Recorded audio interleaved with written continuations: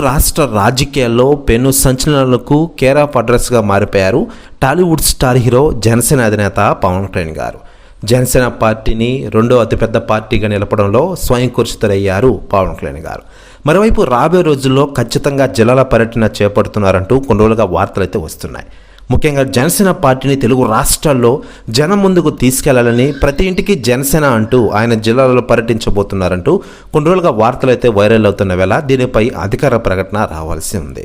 మరోవైపు పవన్ కళ్యాణ్ గారి గురించి, ఆయన వ్యక్తిత్వం గురించి ఇప్పటికే రాష్ట్ర రాజకీయ నాయకులు స్పందిస్తూ ఉండగా తాజాగా కేంద్ర మంత్రి అమిత్ షా గారు సంచలన వ్యాఖ్యలు చేశారట. ఆయన మాట్లాడుతూ ఆంధ్రప్రదేశ్ డిప్యూటీ సీఎంగా పవన్ కళ్యాణ్ గారు పలు బాధ్యతలను నెత్తి మీద వేసుకుని ఆంధ్రప్రదేశ్ రాష్ట్ర అభివృద్ధి దూసుకెళ్తున్నారు. నిజంగానే గ్రేట్. పలు శాఖలకు మంత్రిగా కూడా ఆయన వ్యవహరిస్తున్నారు. ఆయా శాఖల పనితీరు చాలా అమోఘంగా ఉంది.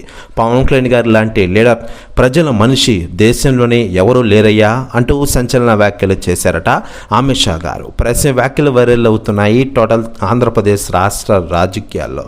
మరోవైపు పవన్ కళ్యాణ్ గారి సినిమాల విషయానికి వస్తే ఇటీవలే పాన్ ఇండియా సినిమా అయిన ఓజీ సినిమాతో మన ముందుకు వచ్చిన ఆయన వచ్చేటది ఉస్తాద్ భగత్ సింగ్ సినిమాతో మన ముందుకు రాబోతున్నారు.